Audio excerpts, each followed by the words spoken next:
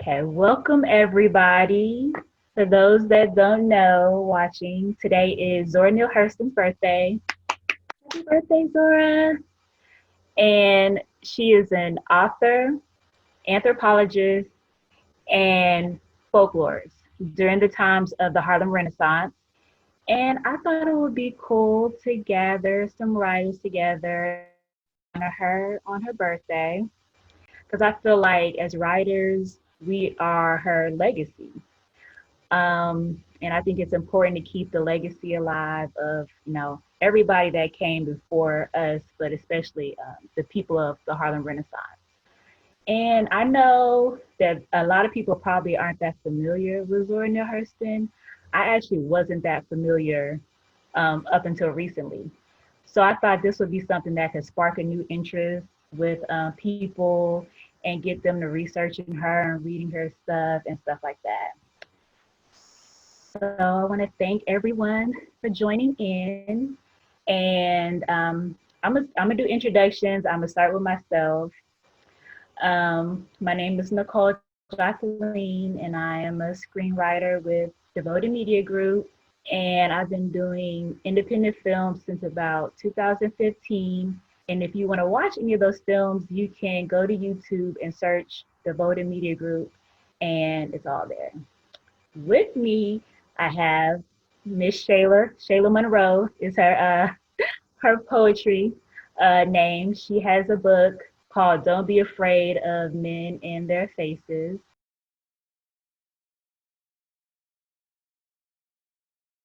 And it is available on Amazon, Kindle, and Barnes and Noble.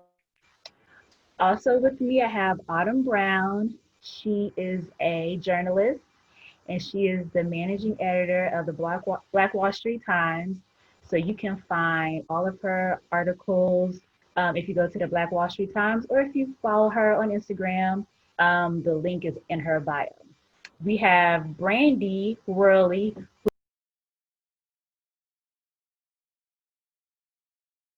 who is a novelist, and she is author of Crump Snatchers 1 and 2, and you can find her books at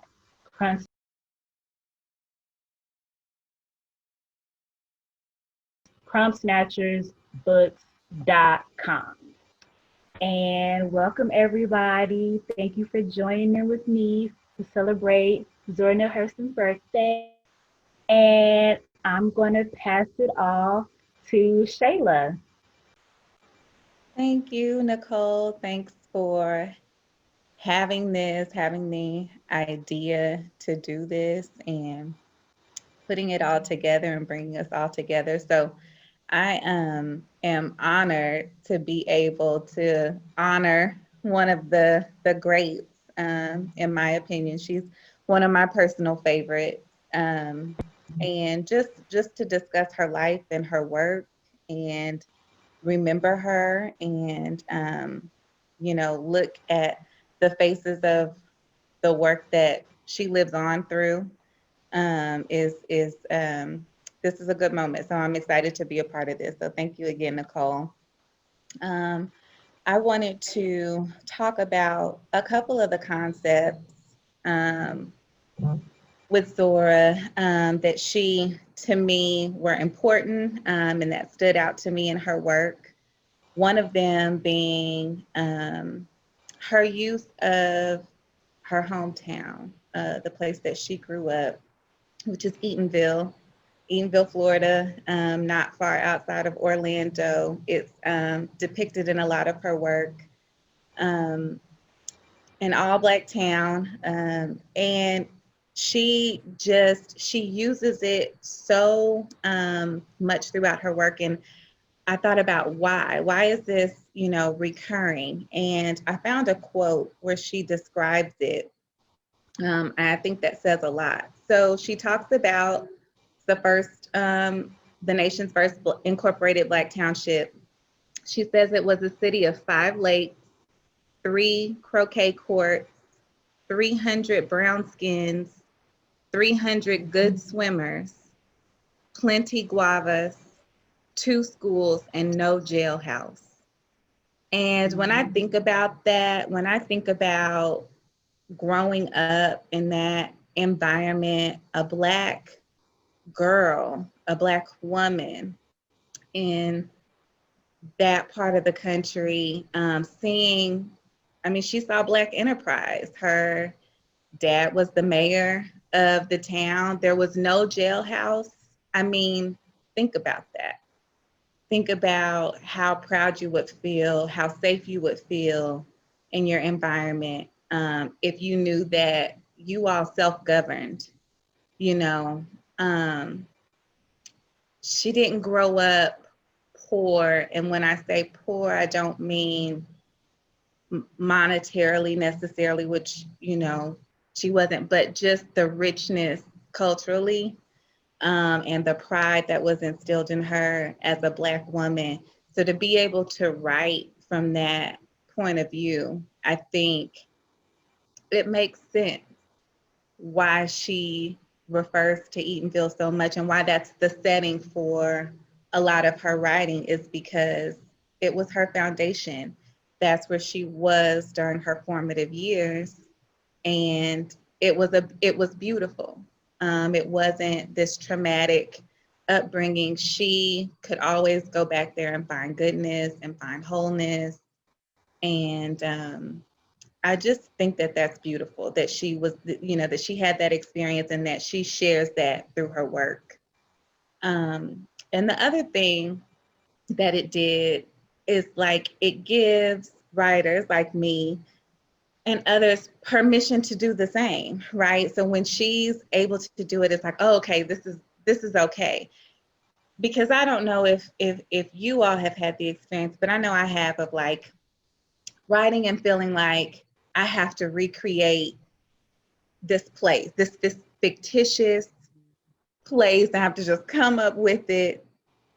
She wrote about what she knew, and it was solid. And it was just a theme, throughout her work. So to me, it gives us permission to use what we know.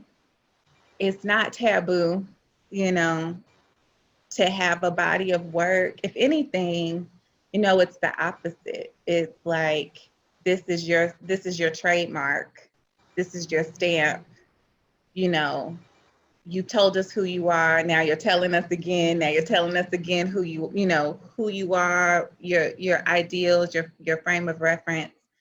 So from that standpoint, it's just empowering to watch her do this, whether she did it purposely and thought anything about it, just analyzing it. Like I said, I've tried to write and thought, oh, I need to create this place. I need to create these characters. Well, why though? When it already exists, it's already solid, it's already the foundation, and just build on that foundation.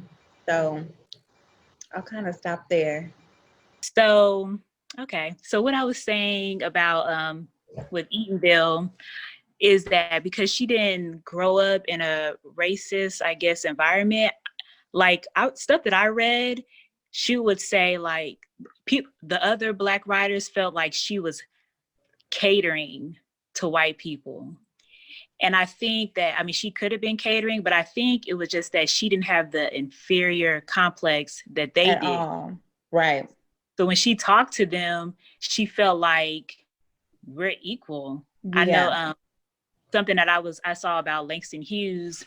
Um, he was saying, well, I guess he felt like she was speaking negatively of him to a white person, where they were like, you don't do that. Like, we may have issues with each other, but don't go outside the race talking bad about each other. But I think with her, she probably was like, I was just talking to my friend. Like, I'm not seeing it the way you guys are seeing it, probably because of her upbringing. Right.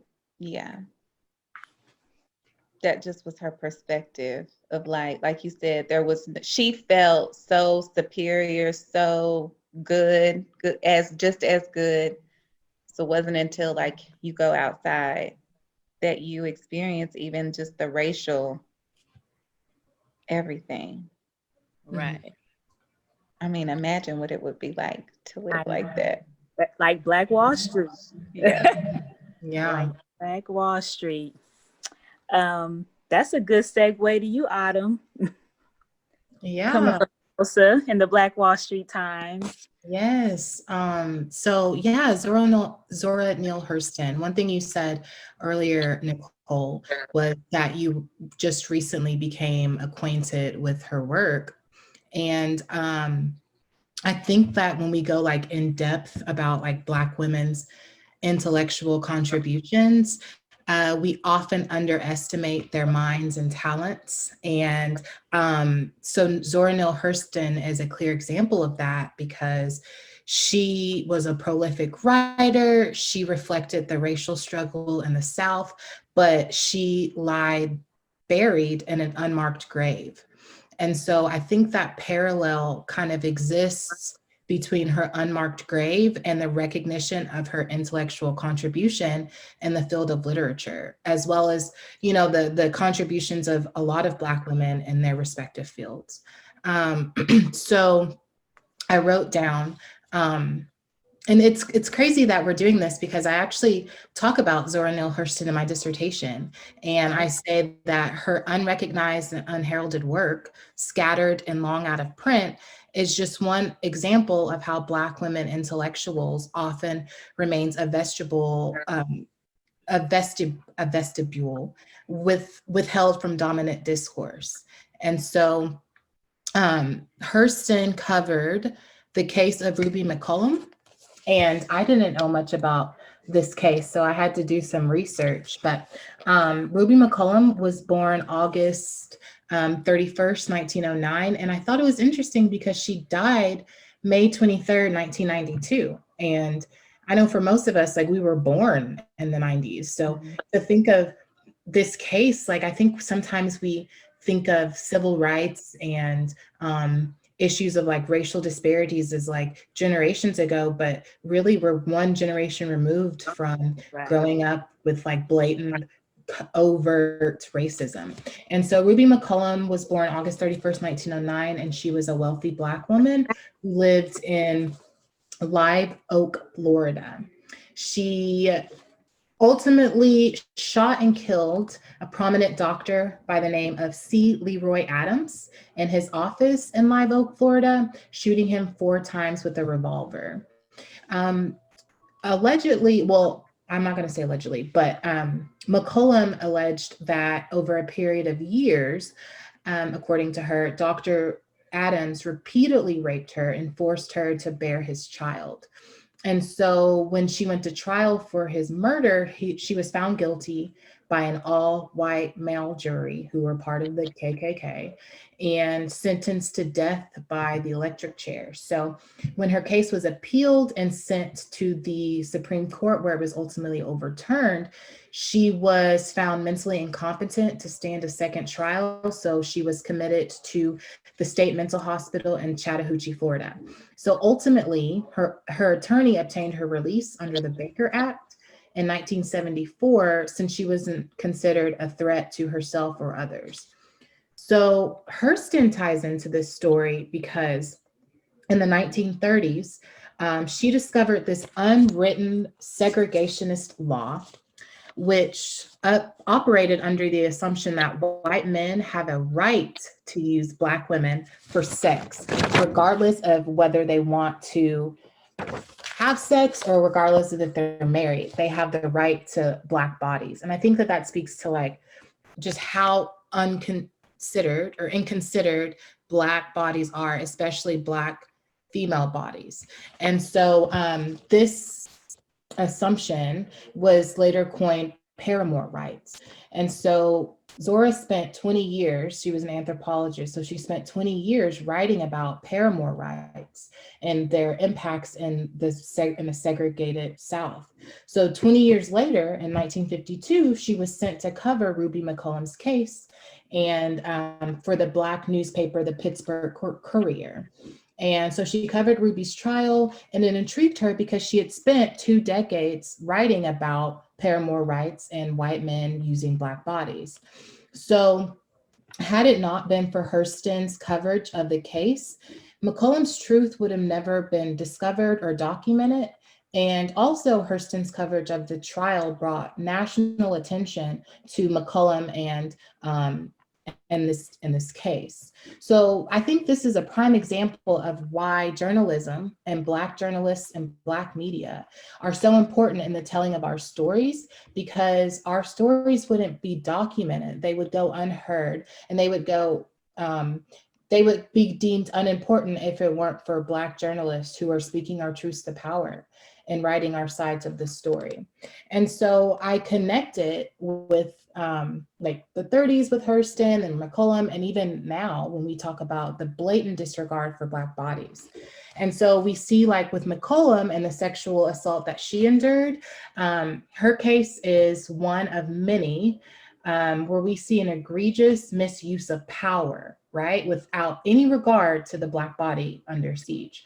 And so we know that 5 years ago, Oklahoma City police officer Daniel Holtzclaw was convicted on 18 separate counts of rape, sexual battery, forcible sodomy, and lewd exposure. His allegations brought about 13 different women who alleged his rape. But his raping spree came to an end when he targeted a 57-year-old woman who didn't have a criminal background and didn't live in the low income areas that he typically patrolled.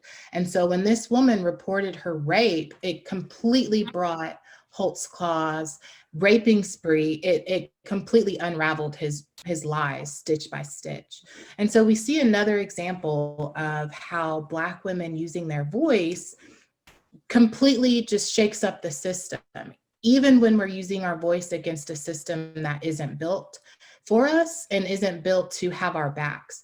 And so I think when we talk about Hurston, we have to talk about how important it is to use our voice. And like Shayla, you talked about earlier how fearless she was with using her voice, even in like ways where it didn't seem plausible or like the right space. But I think with Hurston, with McCollum, and then with the woman who brought down Holtzclaw in Oklahoma City, we can see how powerful our voices are and bringing down these systems, or at least speaking our truths to power, especially when it comes to people misusing power and taking advantage of people who are considered, low income or who are considered powerless. And so I'm for one grateful for Hurston and her literary contributions to the field. I'm grateful that she came before us, and and we are her living legends as writers and poets and screenwriters and in the world of media. Thank you, Autumn. And something that I thought was really interesting when I was, I don't know if it was a documentary or something I read, is that when she did that case, they had promised her a certain amount of money to cover it. And then once the case was over, they didn't give her the full value of the money. And she didn't have enough money to leave that town and go back to wherever she was going. So she was forced to stay in a town with like Ku Klux Klan that she had been writing negatively about the whole time. Yeah, I read that briefly as well. Can you imagine how uncomfortable that is? Right. Yeah, First, first of all, I'm the Zora Neale Hurston because this is after she had already did a whole bunch of stuff. right. And I'm doing this, and then y'all don't even want to pay me, and now I'm stuck here Yeah, yeah.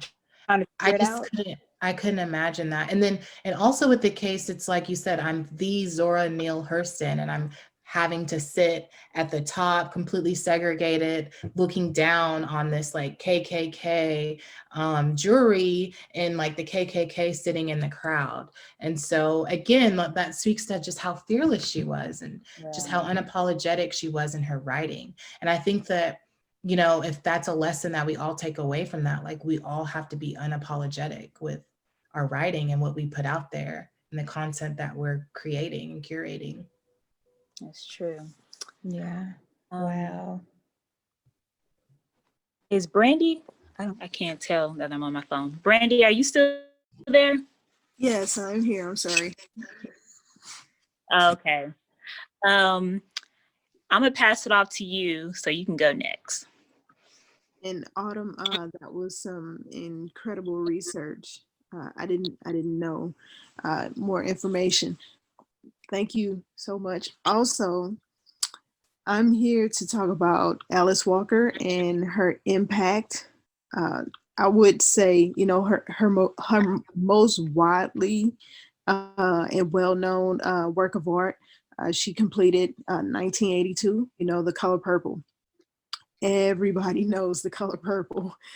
Even if you just see the color purple, I think that automatically, especially if you're young or even if you're older, black, male or female, I think that if you just see the color purple, you're going to think about Alice Walker, or you're going to think about Prince. That's just how iconic her work is. And you know what? I'm so sorry right now. A train is passing. I live close to it. It is probably drowning me out. I thought it was like a music or something, but it's fine. No, it gets pretty loud. My apologies. But on her work, it's embarrassing.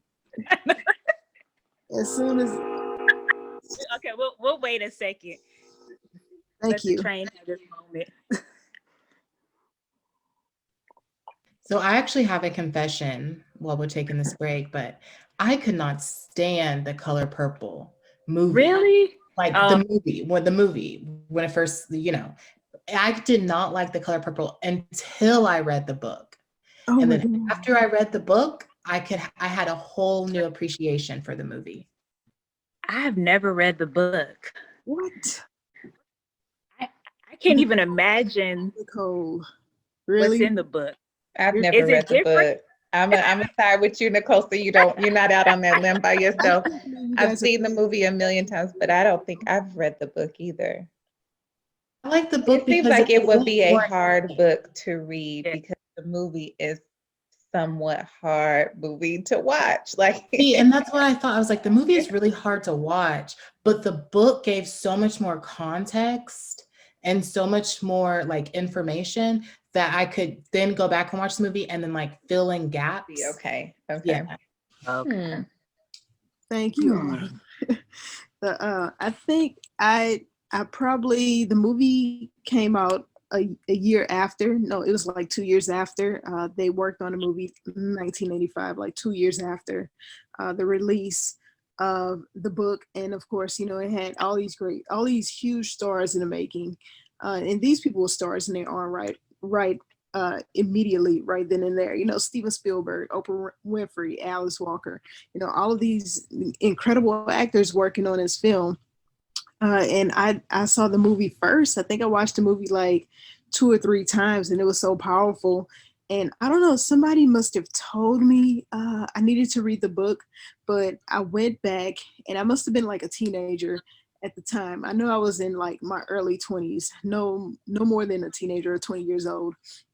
And I picked up the book, and immediately, I fell in love because the writing was it was simplistic, very simplistic, but very, very powerful. Being coming from South Louisiana, and having her character, seeing her characters set in the South, poverty, having that experience. I just felt so much power from just the first page of reading that incredible Pulitzer Prize winning work of art. And of course, as everybody know, it went on to be her best known work of art. But I just think with her talent, she was able to take her talent and put make a story known, something that wasn't like on mainstream. She was able to take that story and put it on mainstream, and it wasn't necessarily a story that we were used to seeing, because we were used to seeing, okay, the story of slavery being told. But when Alice brought her story of the color purple on the scene, when that hit, that was like, okay, this is a totally different perspective of Black women living in the South and the oppression that they face. And actually, the oppression, usually Black women face oppression, you think it's coming from a white man, a white woman, or whatever, but it was just totally different to see this sort of oppression coming from her own people. So I thought that was just incredibly profound. Yeah. And I think I think Alice Walker is our generation of legendary Black writers. So I thought it was interesting to know that while we're looking up to Alice Walker, she was looking up to Zora Neale Hurston. Exactly. And she apparently, like when you guys said Zora was buried in an unmarked grave, Alice Walker's interest in Zora Neale Hurston and trying to find her, like I think she went to Eatonville looking for her grave and couldn't find it, and it was another part of Florida, and she got her like a regular tombstone, and then it pretty much brought back up the conversation of Zora Neale Hurston, which is how I probably know about her. Like, had Alice Walker not, been on a quest to find, I probably, wouldn't have been introduced to her. So it's just that, keeping that, like the generation before you, keeping that legacy alive.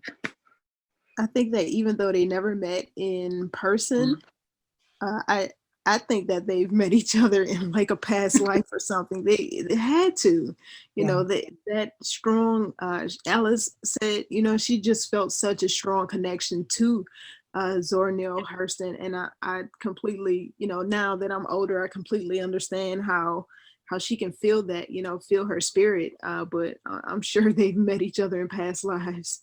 And they've just always connected with each other on whichever realm they're on.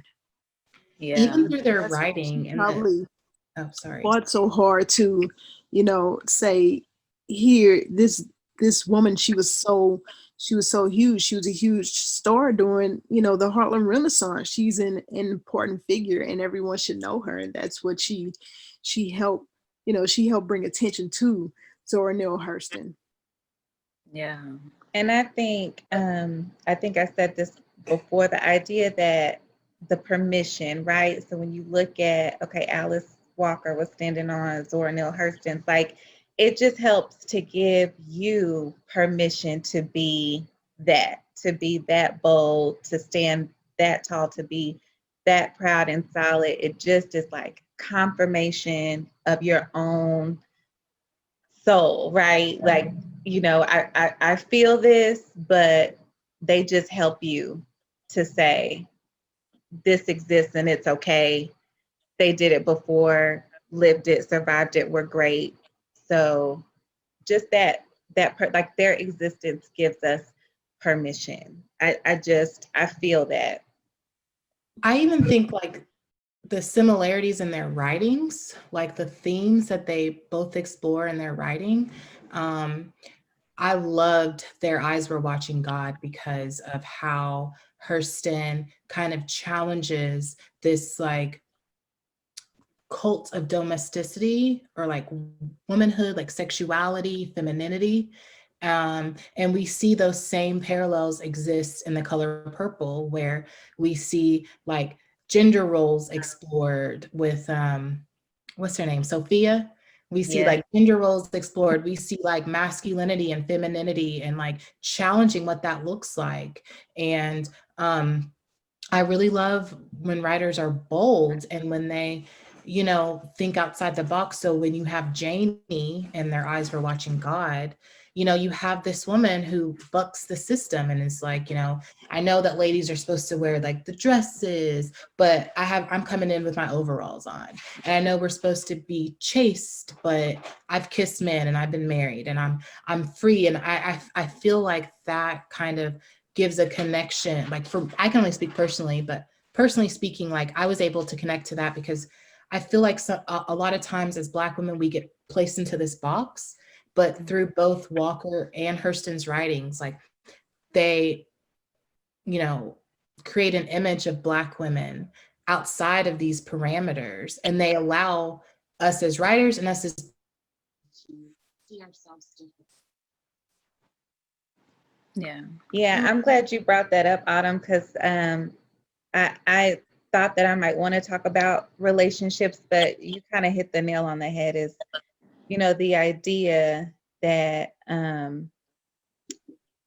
these women love, they express love. You can tell that they've had relationships, but just the idea that like just that norm, the normative wasn't there, and like she was like the epitome, the original independent woman. You know what I mean? I just feel like I think she enjoyed relationships. She loved love, but what she speaks to me is like she fell in love, but never out of love with herself. So much that she was willing to sacrifice it. Like, um, you know, thinking about her life and how she passed away, and like to me, given all that I know of her, like part of that seems like it may have been a choice, right? She chose not to be kept. She chose not to, I'm sure,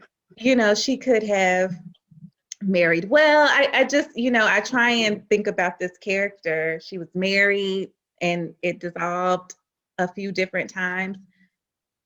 So I just think like, it could have gone a different way, but she was so proud and sustained herself for example, I mean, just her not being able to leave Florida. She did all this work, didn't even get the respect of like getting paid for the work that she did. So, I just think that was really revolutionary, and she chose herself.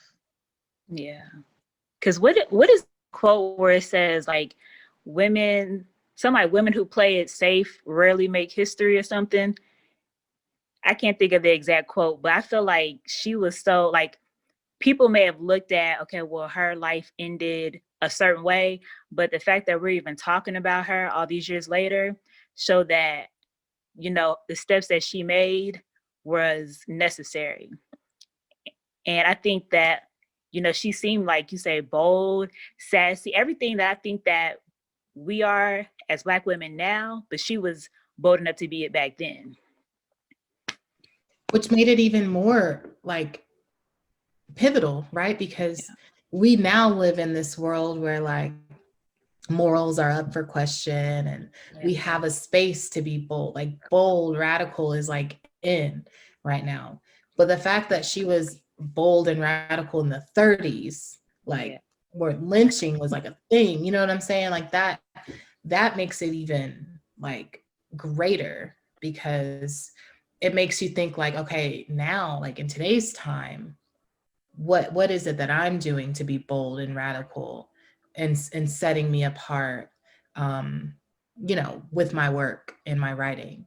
Because I mean, if that's the goal, it's just kind of like, wow, like that's amazing. Right. I agree. Well, does anybody want to add anything else out before we close? No? Okay. Well, I just want to thank you guys for doing this because I think stuff like this is just, important to do. I know like we're all writers, so I just really feel like when it says we are our ancestors' wildest dreams, like I really believe that. So Zora Neale Hurston and writers of her time went through, we're able to just comfortably, sit at our laptops and, do whatever we do as writers. So I definitely want to honor her, Zora Neale Hurston, on her birthday and say happy birthday, Zora Neale Hurston. And that's really all I have to say. Do you guys want to say anything else? Happy Happy birthday, Zora. Thank you Happy for being you. birthday. Yes, so we can be us. We hope we make you proud. I know. And thank you, Nicole. Yes, Oh no, thank you for putting this together, Nicole. thank you guys. I was thinking too, like we need like a writing unit or something. Yeah. And The collab could definitely go down. like all forms of writers, but I think that'll be good. Oh, But I just want to say I enjoyed the Zoom meeting and I enjoyed the energy coming from you ladies. I enjoyed yeah. that very much. And Brandy, me and Brandy went to Southern University together. Shout out to SU. And we worked for the student newspaper, the Southern Digest. And Brandy was the first person to ever say, I want to be an author and I want to write books. And I remember when she said that, that seemed like such a out there concept to me at that time. So just even, you, Brandy, like you inspire me. Everybody on this meeting inspires me in different ways. So I definitely want to thank all of you guys for participating in this. And I appreciate you guys. Thank you. Keep pushing and keep striving. Thank you. You guys too. And we're going to have a strong 2021. Yes. Yes, we are. Starting it off right. You're right. But thank you guys. Bye. Thanks. Bye. Bye, guys.